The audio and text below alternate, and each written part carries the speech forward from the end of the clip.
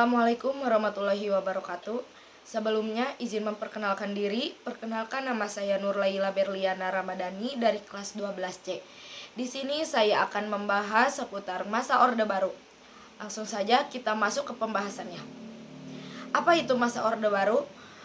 Orde Baru adalah periode pemerintahan di Indonesia yang dimulai pada tahun 1996 hingga 1998 yang dipimpin oleh Presiden Soeharto sebagai pengganti Orde Lama yang dipimpin oleh Presiden Soekarno.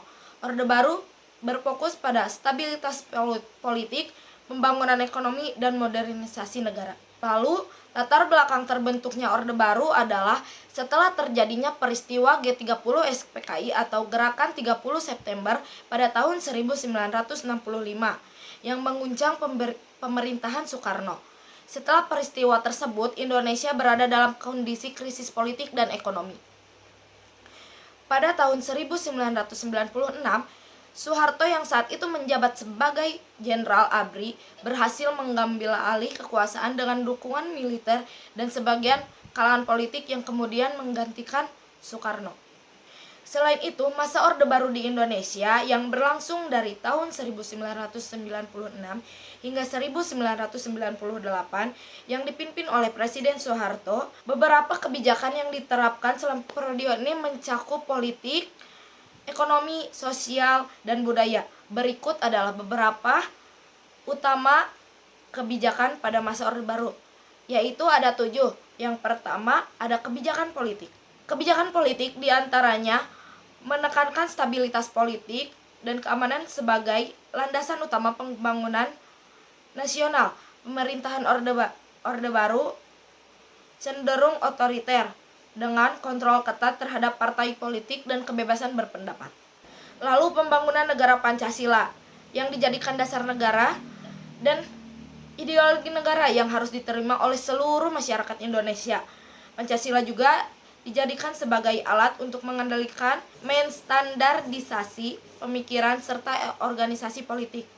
Lalu, penindasan terhadap gerakan politik.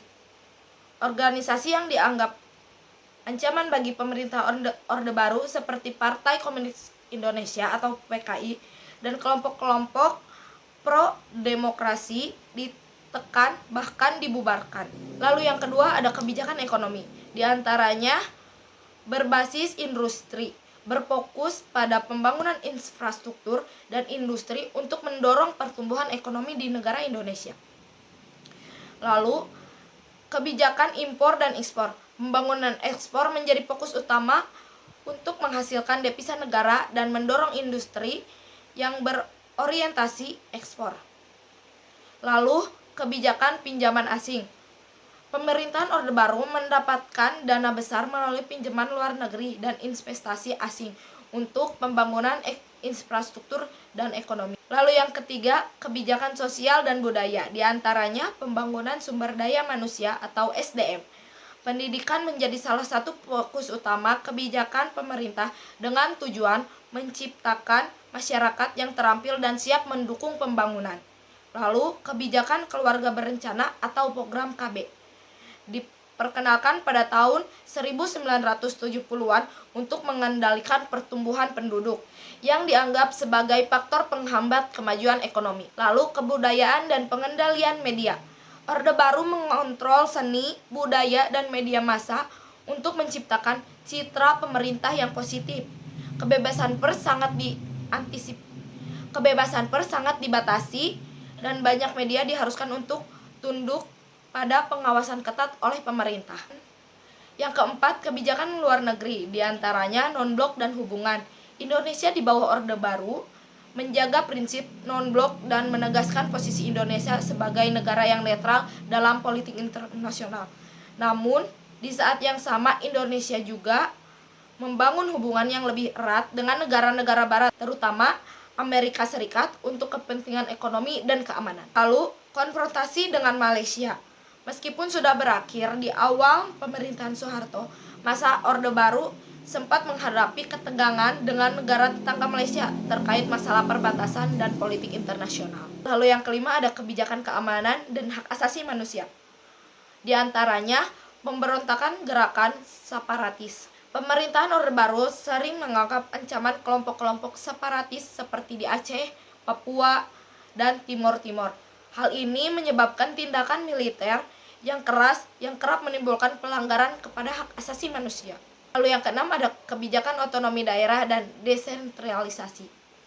Di antaranya, meskipun pada masa Orde Baru terdapat beberapa kebijakan terkait otonomi daerah, pemerintahan Orde Baru lebih cenderung menggunakan pembangunan top-down, di mana kebijakan ditentukan oleh pusat tanpa banyak melibatkan daerah. Lalu yang ketujuh ada korupsi, kolusi, dan nepotisme.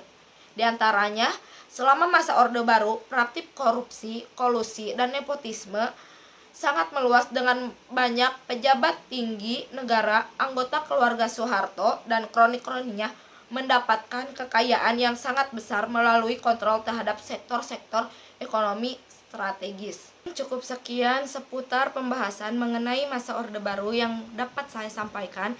Mohon maaf apabila ada kekurangan. Wabillahi taufiq wal hidayah. Wassalamualaikum warahmatullahi wabarakatuh.